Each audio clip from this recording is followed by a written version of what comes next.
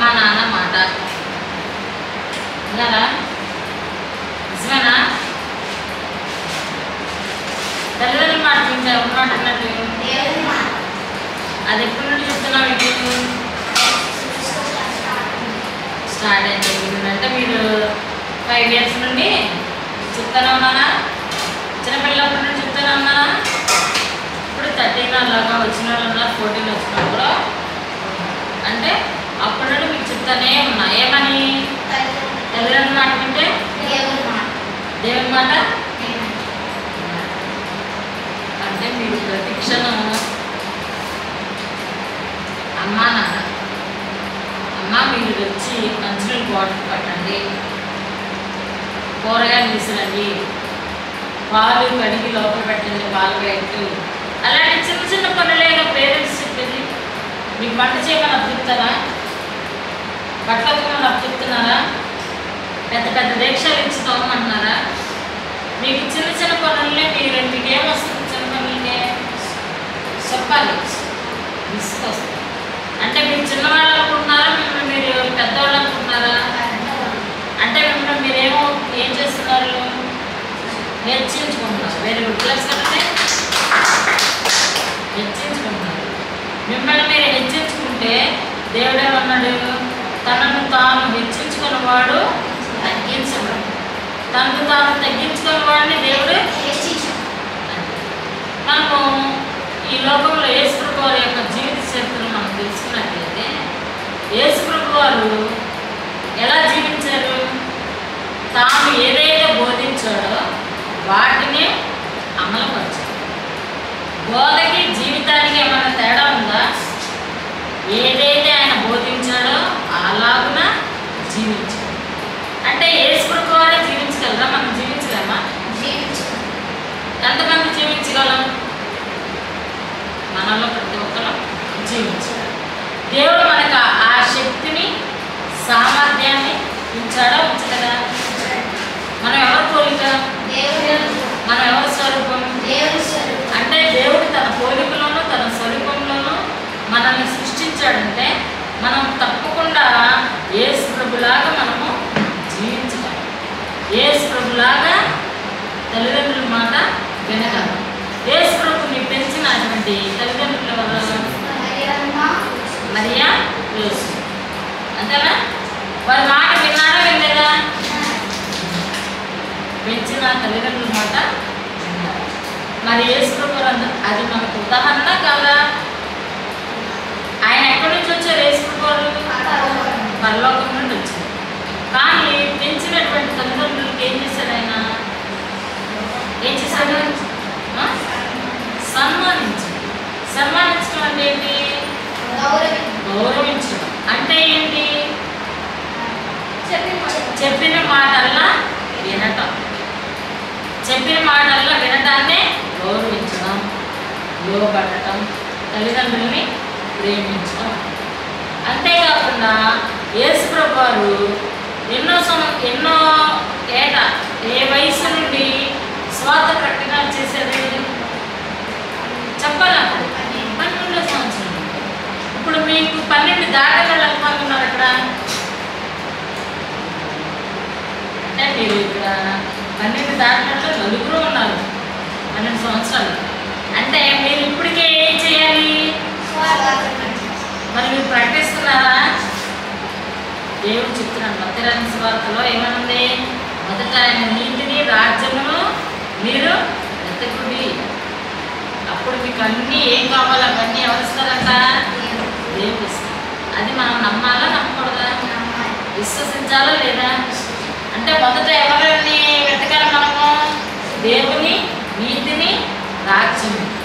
యేసు ప్రభు వారు ఈ లోకంలో ఉన్నంత కాలము దేవుని రాజ్య సువార్తను ప్రకటించారు.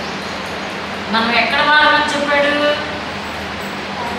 పరలోక సంబంధి పాప విముక్తున్న ప్రభు యేసు ముఖమును కనులారా చూడగా, ప్రభు యేసు ముఖమును కనులారా చూడగా ఆశ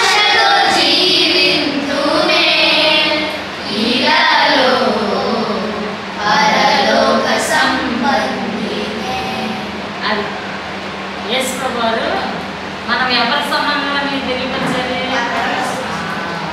మరి మీరు ఎప్పుడైనా అనుకున్నారా నేను పరలోక సంబంధం ఏంటి చెప్పాలా? మనము పరలోక సంబంధం అంటే పరలోక సంబంధాలుగా ఆ స్థాయిలో జీవిస్తాం. ఎప్పుడైనా మనం పరలోక సంబంధాలుగా జీవించలేదనుకోండి, మనము లోకానుసారులుగా జీవిస్తాం. ఒక 3 వారాలు 4 వారాలు మనం వాక్యం పెట్టేదనుకో, మనలో ఎవరి లక్షణాలు వచ్చేస్తాయి? సాతాను యొక్క లక్షణాలు వచ్చేస్తాయి. ఎప్పుడు ఈ హృదయం అనే నేలపైన ఏం పడాలి?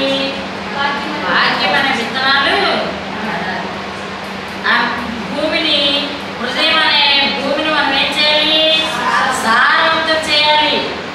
అందులో రాళ్ళు, తుప్పులు, ముళ్ళులు, ఏమన్నా కచ్చపదలు ఏమన్నా ఉంటే అన్ని తీసి పడేసి మన హృదయాన్ని ఆ వర్షపు జల్లులతో, త్వరగా వర్షపు జల్లులతో మెత్తగా చేసి దేవుడి వాక్యాన్ని నాటితే అప్పుడు ఏమవుతుంది?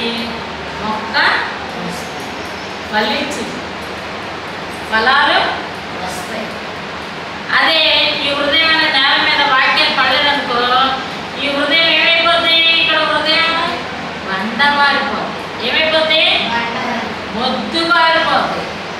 దేవుడు వాక్యాలు వినట్లేదు కాబట్టి లోకానుసారంగా తల్లిదండ్రులు ఎదిరిస్తారు, అబద్ధాలు చెప్తారు, చాడీ చెప్తారు. చెప్తారా చెప్పరా? లేనిది కల్పిస్తారా కల్పించరా? కల్పిస్తారా? ఒకదానికి 2 చెప్తారా లేదా? నొచ్చుకుంటారా లేదా? మొహం మార్చుకుంటారా లేదా? చెప్పాలా? ఇవన్నీ మీ నిజ జీవితాల్లో జరగట్లేదు. ఇవన్నీ మొహం మార్చుకోవడం జరగట్లేదా? విసుకోవడం జరగట్లేదా? అల్లరి చేయడం జరగట్లేదా? జరుగుతుందో జరగట్లేదా? ఇవన్నీ మన నిజ జీవితంలో మనకి ఏమేమి జరుగుతాయి? అల్లరి, మనము అల్లరి చేస్తామా చేయమా? అల్లరి చేస్తాం లేదా? అల్లరి చేస్తాం. మనం కుదిరి ఉంటామా? ఉంటాం. తల్లిదండ్రులకు వచ్చి ఏం చెప్తాం? చాడీ చెప్తాం. పక్కింటి పిల్లల మీద, ఎదురింటి పిల్లల మీద. మళ్ళీ మనం తల్లిదండ్రులు మాట్లాడడానికి ఏం చేస్తారు? ఏదో కొట్టేసినట్టు ఏం చేస్తారు? అలుగుతారు. ఇటు పిలుతుంటే ఇటు చూస్తారు. చూస్తూ ఉంటారా లేదా? మీరు ఏదైనా మా తల్లిదండ్రులు ఏంటి మీకు ఎన్నిసార్లు చెప్పాలిరా, మీరు వినరేంటి మాట? ఇట్లమ్మంటే మీరు ఏంటి అటు చూస్తారేంటన్నారు అనుకో, ఏంటమ్మా అది మాకు కనపడకుండా, పేరెంట్స్ కనపడకుండా ఏం చేస్తారు? చెప్పినే చెప్తూ ఉంటారు. విని విని విసుకొస్తుంది. కానీ మీలో మీరు ఏం చేస్తారు? మాట్లాడుకుంటారు. అంటే మీరు ఏమయ్యారని తల్లిదండ్రులకు నిరూపిస్తున్నారు? మేము పెద్దవారు అయ్యాం. ఏమని? మరి పెద్ద పనులు చేయాలిగా. మీరు పెద్దవాళ్ళు అలా దొరుకుకుంటా నోట్లో ఇసుక్కుంటా ఉన్నారనుకో, మీరు పెద్దవాళ్ళు అయ్యారని మీ ప్రవర్తన ద్వారా చూపిస్తున్నారు. అప్పుడు మీరు ఇంట్లో బాధ్యత ఉండాలిగా. అమ్మ లేదనుకో, మీరేం చేయాలి? ఇల్లంతా చక్కగా ఊడ్చేసి, చక్కగా అంట్లన్నీ ఏమన్నుంటే తీసుకొచ్చి బయటేసి, వాటన్నిటిని కడిగేసి, ఎక్కడెక్కడ గోర్లిచ్చి, మరి బట్టలు ఆరేసి అన్నీ తీసుకొచ్చి ఫోల్డింగ్ చేసి ఏ రేఖలో ఆ రేఖలో పెట్టేసి, బొంగు వచ్చిందనుకో వాటర్ పట్టేసి, మరి ఇవన్నీ చేయాలిగా. మీరు పెద్దవాళ్ళు అని మీకు గౌరవాలు కావాలనుకుంటున్నారు, గుర్తింపులు కావాలనుకుంటున్నారు, మిమ్మల్ని గౌరవించాలి, మిమ్మల్ని ఒక మాట అనకూడదని మీరు ఇన్ని అనుకున్నప్పుడు, మీరు పెద్దవాళ్ళగా వ్యవహరించినప్పుడు, అలాగే మీరు పేరెంట్స్ మాట కూడా వాళ్ళు చెప్పకపోయినా బాధ్యతగా ఉండాలా లేదా? కుటుంబంలో ఉంటున్నారా మీరు? కుటుంబంలో అలాగా బాధ్యతగా చిన్నపిల్లలాగానే వ్యవహరిస్తున్నారా? మాట అంటేనేమో పెద్దోళ్ళకిలాగా వ్యవహరిస్తున్నారు. పనుల దగ్గర ఏమన్నారు? మేము చిన్నపిల్లలు అంటున్నారా? అనట్లేదా? ఇది ఒకరి సమస్య కాదు, అందరిది. అర్థమైందా? అన్నారట్లేదా? పనులు చేయమంటే ఏమన్నారు? మేము చిన్నోళ్ళు, మేము after 9th standard 8th standard అన్నారట్లేదా? మళ్ళీ మీకు ఏదైనా పనులు చెప్తేనేమో ఏం చేస్తారు? కొనుగుతా ఉంటారు. కూర్చుంటే గొలుగుతారు కదా. మరి మీ ప్రవర్తన ఏమో పెద్దోళ్ళలాగా ఉంది, పనుల దగ్గరేమో చిన్నవాళ్ళలాగా ఉంటారు. అంటే మీరు 2 రకాలుగా కనపడుతున్నారు మాకు. అర్థమైందా? దానినే ఏమంటారంటే వేషధారణ. అంటే లోపల ఒకటి, బయటికి ఒకటి. వేషధారులు ఎప్పుడైనా దేవుడి రాజ్యానికి వెళ్తారా? యథార్థంగా జీవించమన్నాడు దేవుడు.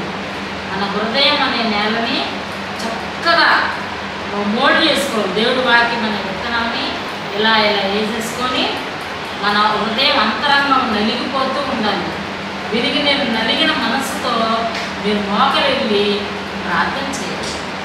మీ పేరెంట్స్ కోసం చేయాలి, ఈ రాష్ట్రాన్ని పరిపాలించే నాయకుల కోసం ప్రార్థన చేయాలి, మీ చదువుల గురించి చేయాలి, మీ తల్లిదండ్రుల గురించి చేయాలి, మీ విద్యాభ్యాసం గురించి ప్రార్థన చేయాలి, మీ ఆరోగ్యం గురించి ప్రార్థన చేయాలి, మీకు కావాల్సిన తెలివిని, జ్ఞానమును, జ్ఞాపశక్తిని ఇవన్నీ దేవుడి నుంచే మనం పొందుకోగలం. దేవుడు ఇవ్వండి ఏ మనిషికి ఏ జ్ఞాపక శక్తి కాదు. మనం మర్చిపోతున్నామంటే మనము దేవుని పట్ల అవిధేయత చూపిస్తేనే చదివిని మనకి గుర్తుండవు. కాబట్టి మనకి సబ్జెక్ట్ రావట్లేదంటే మనము దేవుని పట్ల విధేయత చూపిస్తున్నామా, అవిధేయత చూపిస్తున్నామా? అవిధేయత చూపిన వాళ్ళకి తెలివితేటలు ఉండవు, తొందరగా చదువుతారు, అలాగే తొందరగానే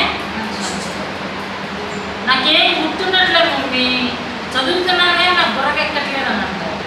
అంటే మీరు దేవుడికి లోపడకపోవడం వలన ఇలాంటి సమస్య ఎదురవుతుంది.